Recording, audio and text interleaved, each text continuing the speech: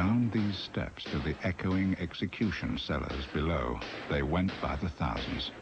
Men and women, the elite and the obscure, escorted to their deaths by the secret police of Stalin's Soviet Union. Above these cellars, there stands in central Moscow an historic building, the Lubyanka, which houses the organization that efficiently and relentlessly advances the cause of the Communist Party. Its original name was the Cheka. The Cheka's first chief was Felix Dzerzhinsky, a friend and colleague of Lenin's. In Dzerzhinsky's hands, the Cheka becomes the gravedigger of all who oppose the party's will.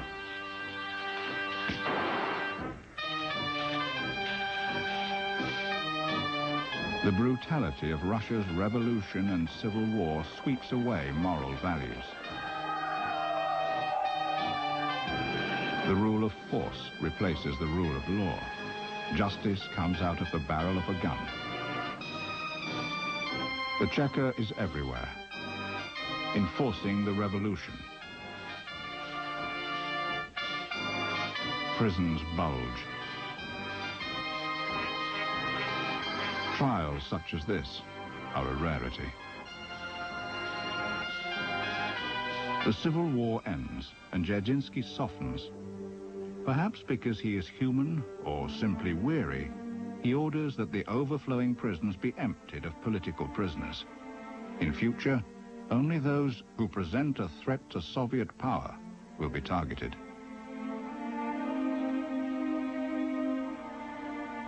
Then, as if to make further amends, Dzerzhinsky becomes head of the War Orphans Commission. The civil war has left hundreds of thousands of children orphaned and homeless. Dzerzhinsky organizes a massive Save the Children effort. Having slain the parents, this paradoxical man will now comfort their children. They are fed and clothed, relocated, rehoused, even barbered. The young, ambitious Stalin sees the Cheka as his key to power. Control it he must. He cultivates Dzerzhinsky. And the head of the Cheka agrees to back him.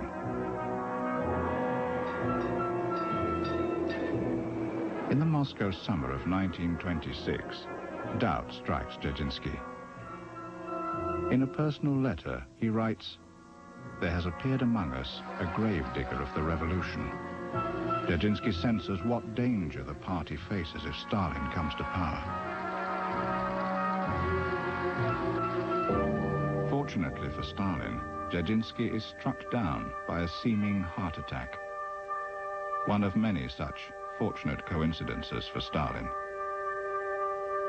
Dzerzhinsky's death portrait is painted. Stalin grieves for his dead friend. Also grieving are the men whom Stalin, as the party's administrator, has quietly planted in key Cheka positions. Dzerzhinsky's funeral brings forth the party leaders, among them many of Stalin's rivals. Trotsky, marked for death. Kamenev and Bukharin, both with an appointment in the Lubyanka cellars. Stalin will say when. Also present is Genrik Yagoda. He will in time become Dzerzhinsky's replacement and Stalin's personal hitman.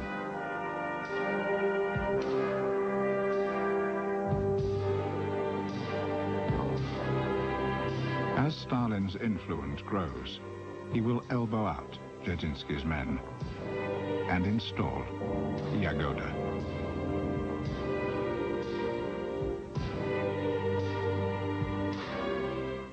The Soviet economy slides into recession when Stalin tinkers with it, and Yagoda gets a new kind of assignment. Whitewash Stalin, find scapegoats, and crucify them. In the process, rid Stalin of some dissenters. The victims, all intellectuals, are brought to trial. Stalin loathes intellectuals. The case against them, as the judges well know, is fictitious. Their crime, sabotage. High treason. One of the accused takes the stand. He knows what the verdict will be. The confessions they read have been bludgeoned and gouged from them by Yagoda's interrogators. They confess appalling crimes to a rapt audience in lurid detail. The sentence is death. The trial, a flawless success, is a rehearsal orchestrated by Yagoda for the great show trials to come. Yagoda is lionized by the press. His organization gets a new name, the NKVD. By the 30s, Stalin foresees a power crisis. There are mutterings among the old guard. He must act. Against the imposing backdrop of the new Baltic Canal, Stalin launches his plot, a sting of such monstrous proportions as to dwarf its stage. Here, he assembles the principal players, himself, Yagoda, and Sergei Kirov, a key Politburo member. Kirov is Stalin's good friend and likeliest successor, but within weeks, Kirov is a corpse. Stalin mourns. This man, Nikolaev, has shot Kirov dead at his office door. Kirov's bodyguards were conspicuously absent. Stalin, the picture of grief, vows to avenge Kirov's murder. And with this, the great terror descends on the nation. Vast, non-existent plots against the state are fabricated by the NKVD. Thousands, then hundreds of thousands are implicated, with their families and friends. Now Stalin reveals the ultimate purpose of the sting. He sets up his political rivals. Two of Lenin's associates are framed as ringleaders of the Kirov murder plot, Kamenev and Zinoviev. Tortured, they confess in desperation and are dragged to the cellars. Zinoviev grovels before his executioner. "On your feet, Grigori," says Kamenev. "Let's die like men." And die they do. The following week, Soviet children are taught a new catechism. Stalin, their nation's father, loves and protects them. That same day, Stalin orders the secret execution of 5,000 suspects. Yagoda prepares the list, and the work begins.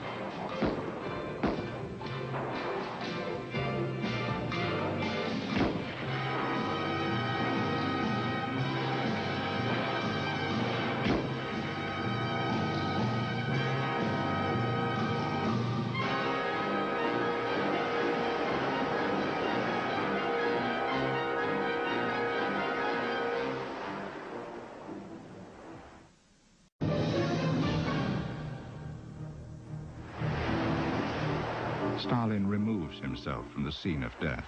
He takes a working holiday in the resort town of Sochi. There he contemplates his next move. Yagoda, he suspects, is losing his zeal.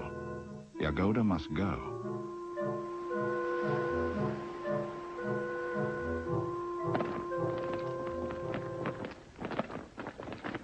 Returning to Moscow, Stalin is greeted by a welcoming committee.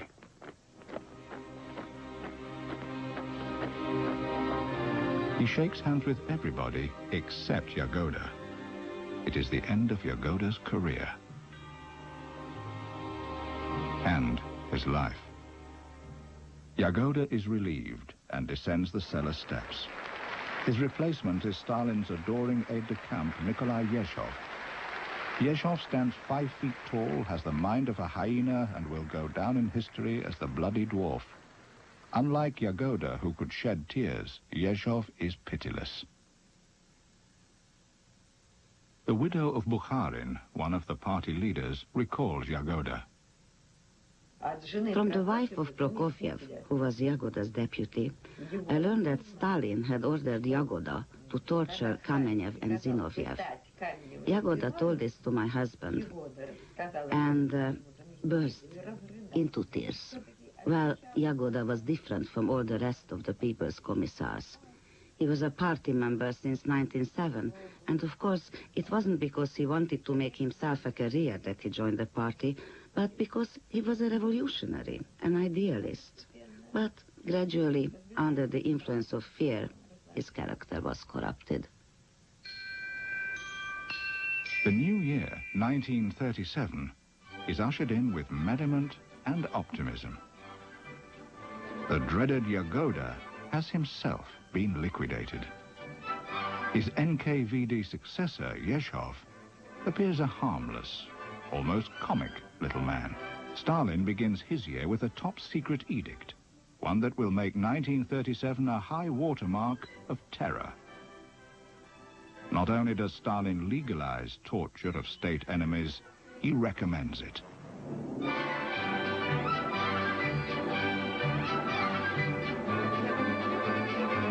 The NKVD gets the news. Now, to work. Leonid Reichman, former NKVD officer. When our revolutionary brothers were abroad, we knew they were subjected to torture and humiliation. But we took a liberal attitude towards the enemies of Soviet power. We interrogated them with kid gloves. When it was proposed that we resort to methods of physical persuasion against these enemies, we were all dumbfounded. Together with others, I came out and said, "This is something I fail to understand. Perhaps from a political point of view, this is right. But from an operative point of view, this is wrong. Because if I hit an arrested person in the face, then I'll never know whether or not he is telling me the truth." Stalin is indifferent to the truth. He knows that most of his victims are innocent, but he also understands a larger truth, that in order to inspire terror so great as to keep him the undisputed ruler of 200 million Soviets, it is necessary to execute not only the guilty, but the innocent as well. Casting Yezhov as Lord High Executioner is inspired. Stalin sees into his stunted soul. He knows that for the cruel joke played on him by nature, the bloody dwarf will take terrible revenge on the world of other humans.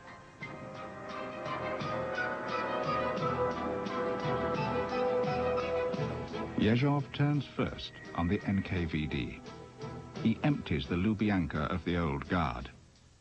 The Dzerzhinsky and Jagoda men, veterans of the October Revolution, whose loyalties belong to the past, who have no stomach for the new order of official sadism, down the cellar steps they go.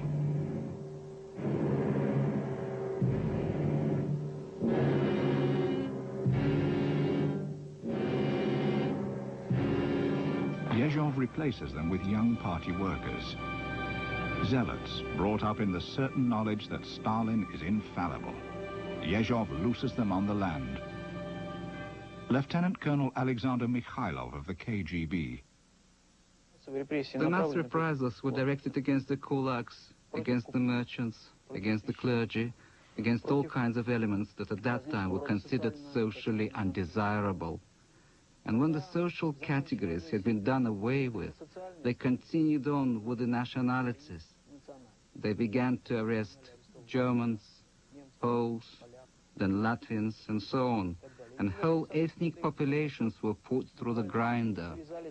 Stalin's megalomania is equaled only by his paranoia. No one is above suspicion.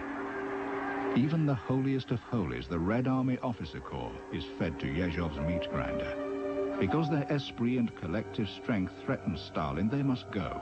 Even the Supreme Military Council will go. Stalin calls it together.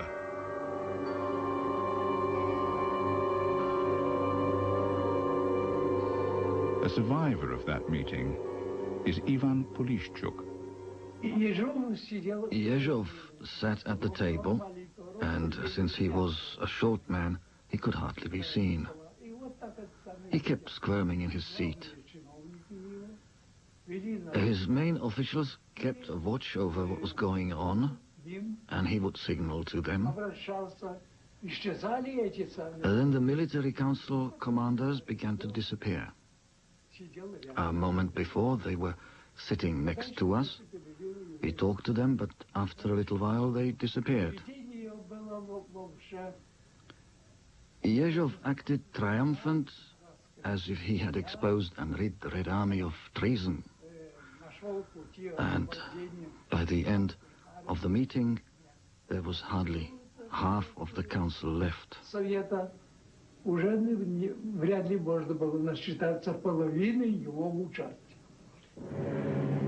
The issue is not treason. Stalin is simply taking precautions. His grand strategy is impartial. Liquidate anyone, at any level, on any pretext, who is capable of resistance.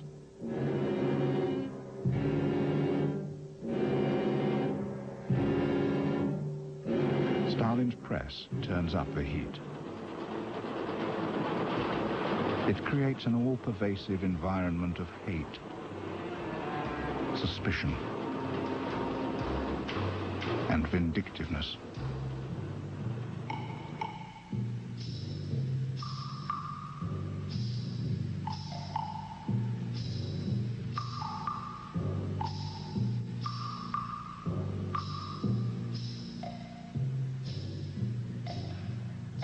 It is the task of every Soviet patriot to put an end to political complacency and to turn each factory into an impregnable fortress that not a single enemy can penetrate.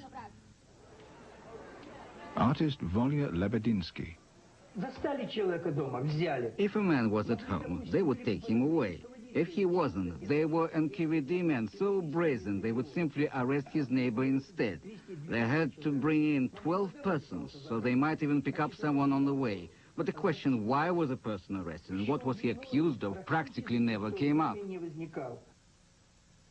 Journalist Fyodor Gladkov is the son of a Soviet intelligence officer. In those years, address books disappeared from circulation in Moscow. They were on sale in stationery shops, but no one bought them. No one used pocket address books. Why? For the simple reason that when a person was arrested, the first thing that was taken from him was his address book. And all the people whose names were entered in that book were also arrested. The NKVD pounces anywhere and everywhere. At the dinner table.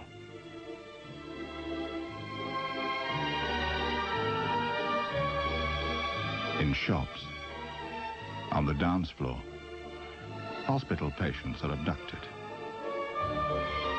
They're seized in the field, at a university lecture, a museum, a soccer stadium,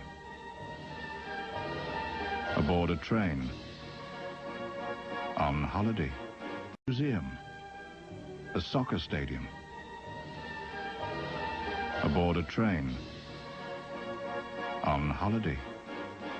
Even bridegrooms are snatched from weddings.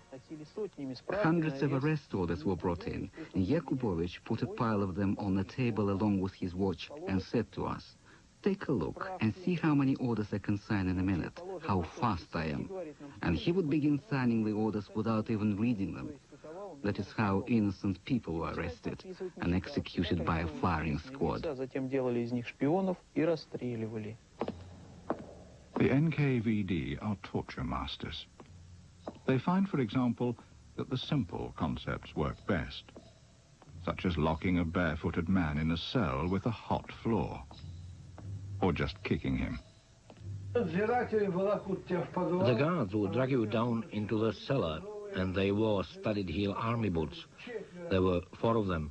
I was in handcuffs, in the center of the cell. They punched me from one to another. They were punching me, and then started kicking me with all their might. I fell to the floor. When they kicked me in the stomach and they were kicking me, I fainted. The pain of the kicking was unbearable.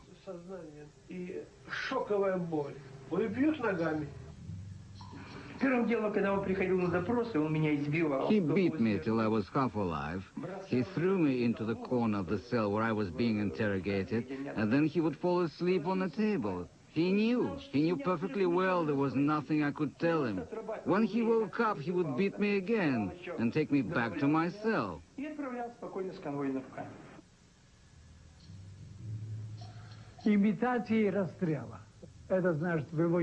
Imitation of execution by firing squad. That meant that during the night they would lead you out and make it look as if you were about to be shot. They would face you against the wall and leave you standing there until God knows when. 2 or 3 times I fainted, and then my legs began to swell, after which they began to bleed.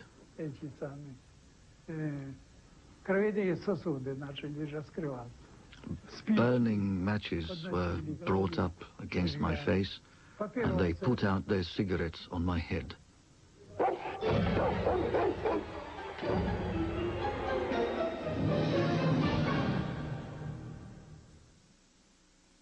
This portion of The Bloody Dwarf's purge of 43,000 army officers was miraculously survived by Marshal Meretskov. Marshal Meretskov told me that he remembered how teenage interrogators beat him up, threw him on the floor and urinated on his head and face.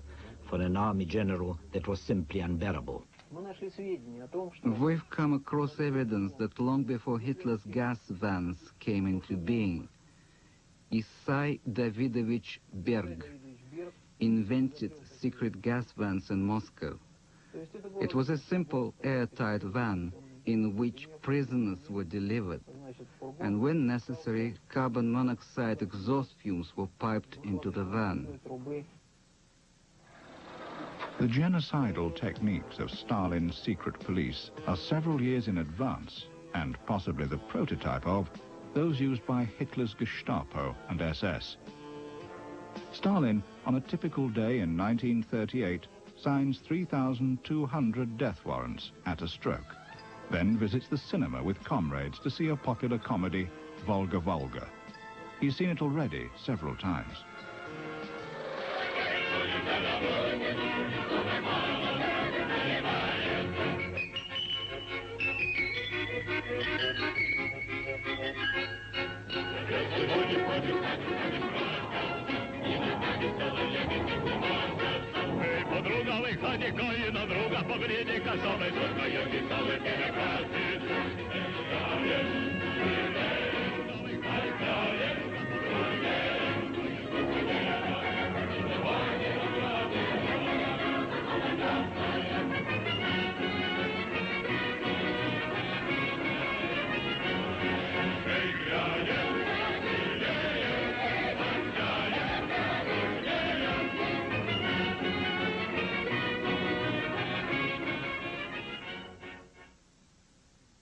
In the mid-30s, Stalin shocks and fascinates the world. He puts his closest colleagues on trial for treason, punishable by death.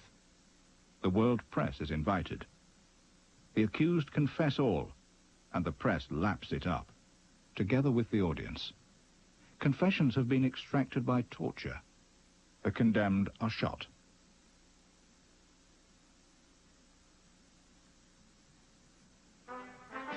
Pomp and ceremony mark the 20th anniversary of Stalin's secret police. The press glorifies them.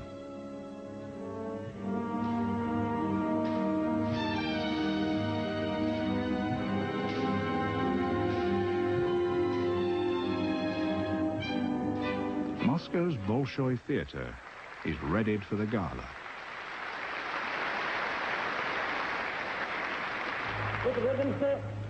Mikoyan delivers the panegyric.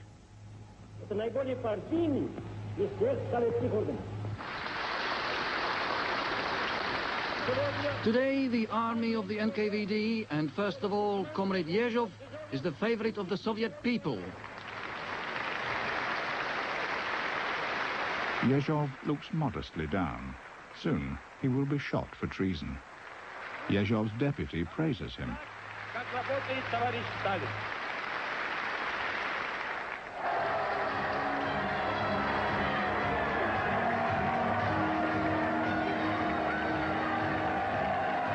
There can be no parade without a float bearing a huge map of the Soviet Union.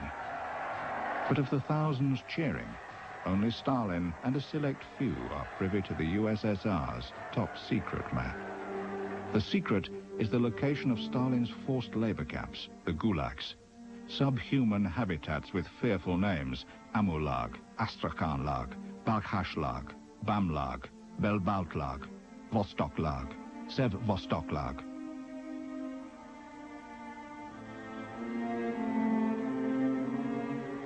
Prisoners arrive at the gulags from all over the USSR, by train, on foot, and by water. Political prisoners and criminals alike. Criminals are the gulag elite. Survival often depends on chance. Kamil Artuzov recalls. Standing behind me was a man who had just been brought into the camp. At that moment, I happened to ask another man for 2 cigarettes, which he owed me. So I stepped out of line. Just as I did, the man standing behind me got out an axe and split the head of the man now standing in front of him. Why he did that was anyone's guess, for the victim had done nothing wrong. The man simply did not like the camp. He already had a sentence of 150 years, so he decided to commit such a crime. Another investigation would be started, another case would be opened. There was no death sentence. They would give him another 25 years, but they would move him to another camp, and perhaps it would be better there. Women, if possible, have it worse. Their ordeal is recorded in drawings by inmate Yefrosina Kesonovskaya. Night search. On your feet. Strip.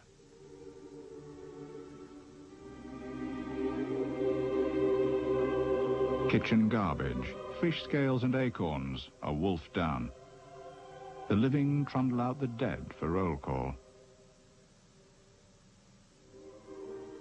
Starved corpses weigh little. You can carry 2. I buried up to 100 a day. When the guards let you meet a man in the toilet, women get pregnant. Incredibly, babies are born. Stalin is a friend to all children. They call him their nation's father.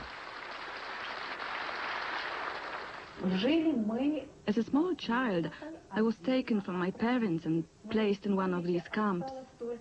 There are only a few dim things that remain in my memory: carting sand, playing with the other children, and the fierce dogs. But clearest in my memory is the horse. It was an old horse, half starved to death, but to us children it was beautiful. Every evening at sunset it would pass by the children's barracks, and that horse was our only joy in life. The work and the exercises they gave us kept us occupied most of the day. But in the evening we ran after that horse. We paid no attention to the hands and feet sticking out from under the canvas covering the cart that the horse was pulling. These were the corpses that were taken out every day. In the gulags, few die naturally. The dead lie for days, unburied. Say a person dies, but since everyone was hungry beyond belief, and it was already difficult to stand up, the supervisors allowed us to sit up in our bunks during roll call. They did not look at us too closely, and we didn't have to answer. And so, for 3 days, we would prop up a corpse in bed in order to get his food ration. Of course, we would divide the dead man's ration into 42 equal parts, honestly. The only crumbs, everyone got his share. gulags might as well be on the moon. Escape is not possible. There is no escape possible from Kolyma. It was an act of desperation to attempt to escape from that fear, the terror of being shot each minute.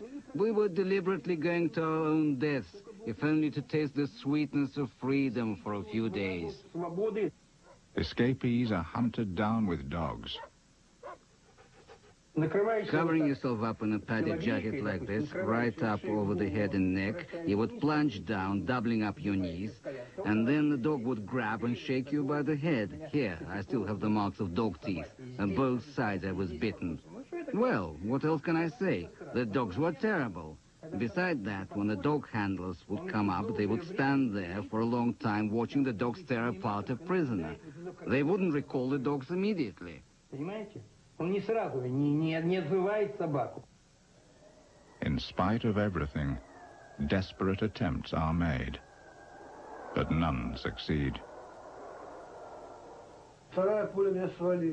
The second bullet brought me down. It passed through here. There is a scar, as thick as your finger. I was unconscious. I came to only when I was being dragged by my feet. But I didn't dare open my eyes, for they would have finished me off on the spot. I waited until they dragged me into the camp, and when I opened my eyes, I saw that there were morning stars in the sky. The sun was rising. We were dragged out into an open space, and they started kicking us.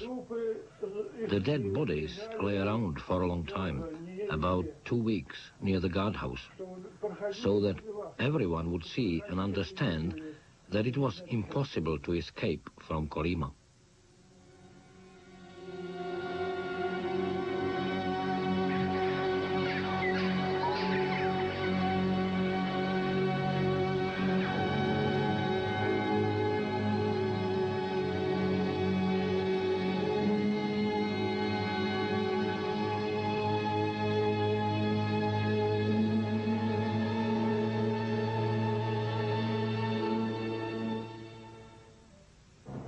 For Stalin, the gulags and their wretched inmates are a key economic asset. A relatively small investment in terror nets him the greatest slave army since the pharaohs. Their starvation diet costs a pittance, and the supply of replacements seems inexhaustible. On the bones of this scarecrow army, Stalin builds his most prestigious projects. The first was the Belomor-Baltic Canal, then the Moskva-Volga and Volga-Don canals, the Siberian railways, the Magnitogorsk iron and steel giant, cities in the Far East, the gold of Kolyma, the timber of the north, the great Russian river dams, most of the facilities of the atomic and defense industries, and the showcase facade of Moscow, the high-rise skyline of the capital. For his leadership, Stalin is saluted by a grateful nation.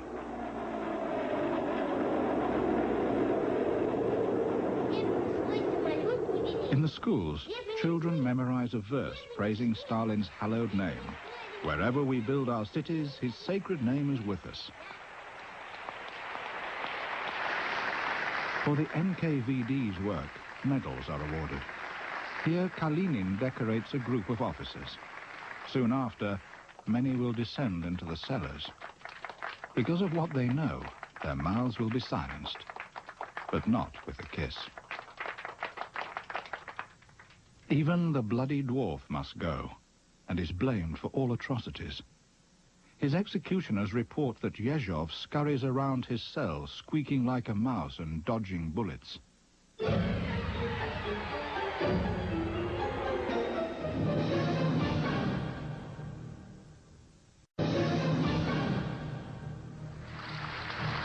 Yezhov's liquidation is applauded as a possible end to the terror. His replacement by Lavrenti Beria is greeted with hope. Unlike his predecessors, Beria is a dynamic personality, able to influence even Stalin.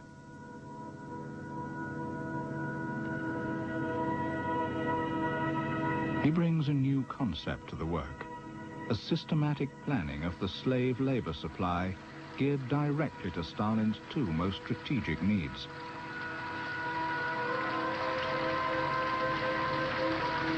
Filling the huge new labor quotas and the mass incarceration of peoples, both foreign and domestic, who impede Stalin's progress. Of Beria's many crimes on Stalin's behalf, one is to remove the likeliest source of future Polish resistance, the Polish officer corps.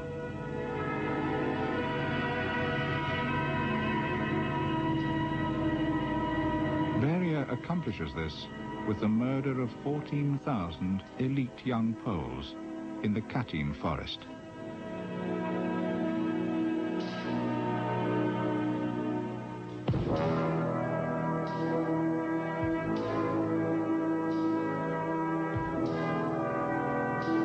Stalin blames this massacre on the Nazis.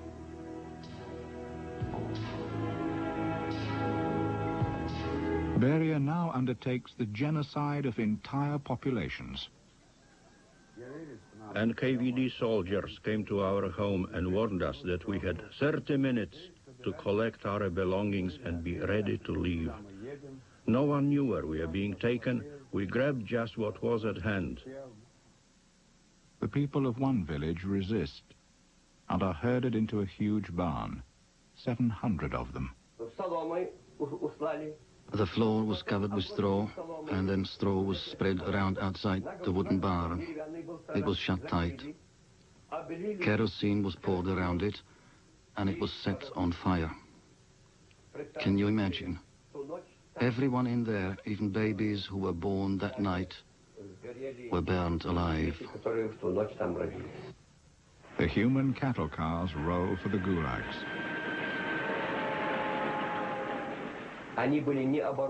The box cars were not equipped for carrying people or for their physical needs.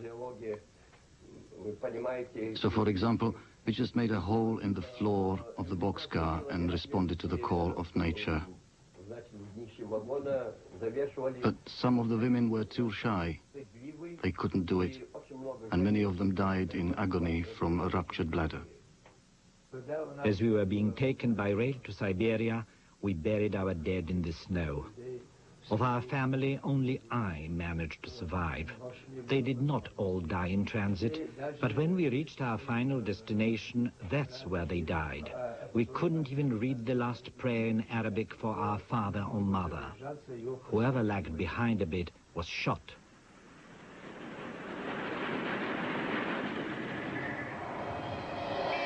As a diversion, Beria practices rape. Girls plucked from the streets of Moscow are delivered to the NKVD chief.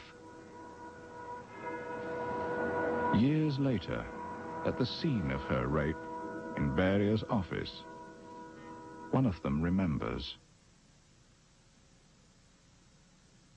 He bent over and said, "My, how your cheeks burn." And he walked over there and pulled the curtain back, displaying a huge sofa covered with green silk. Then he came up to me and said, as one might to a dog, "Perhaps we should lie down now, eh?" Then I felt something heavy pounce on me, with leather squeaking and buckles scratching, and a kind of groping started. With one hand he clutched my throat, strangling me, and with the other he pushed me to the floor. He kept banging my head against the floor, ripping me all apart, ripping me. You may be sure that in the future as well, I shall spare no effort to serve the socialist homeland to carry out the assignments of Comrade Stalin. The Great Terror has created hundreds of execution sites in the Soviet Union. In Moscow, there were several zones or territories surrounded by high fences where people who had been condemned by tribunals or special sessions were brought and where the acts of execution were carried out. These burial places were called strawberry patches. And indeed, in due time after the burials, strawberry bushes were planted there. I can imagine the blood-red berries who were picked in these patches. Next to one of the strawberry patches was the Sukhanova prison, the most fear-inspiring of the Stalinist regime. It was Beria's personal preserve. In it were torture chambers with instruments designed to inflict maximum pain. Some were used to slowly break the bones and crush the joints of victims. Here as well, the use of electric shock was pioneered. Only high-ranking prisoners were brought to this prison. On arrival, they would be stripped naked and summoned to Beria's office for an official welcome to the Sukhanova. The mind of Beria, like that of Stalin's, is incomprehensible. One can only imagine that he sees in his death-dealing work a kind of ghastly beauty.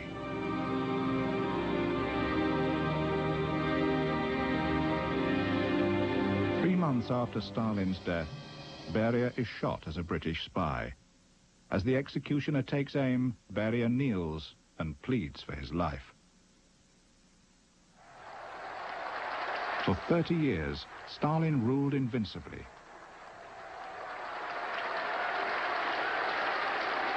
Stalin's bludgeon was his secret police. On his orders, they kept a nation of 200 million paralyzed with fear for a generation.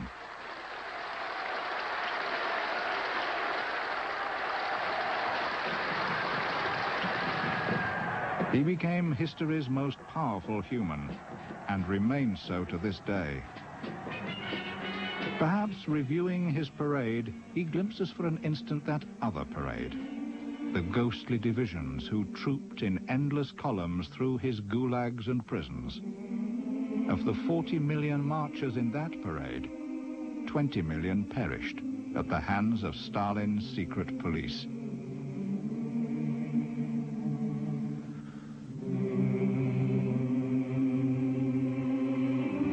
With their bodies, his people spell out their respect, in the skies as well. Long live Stalin.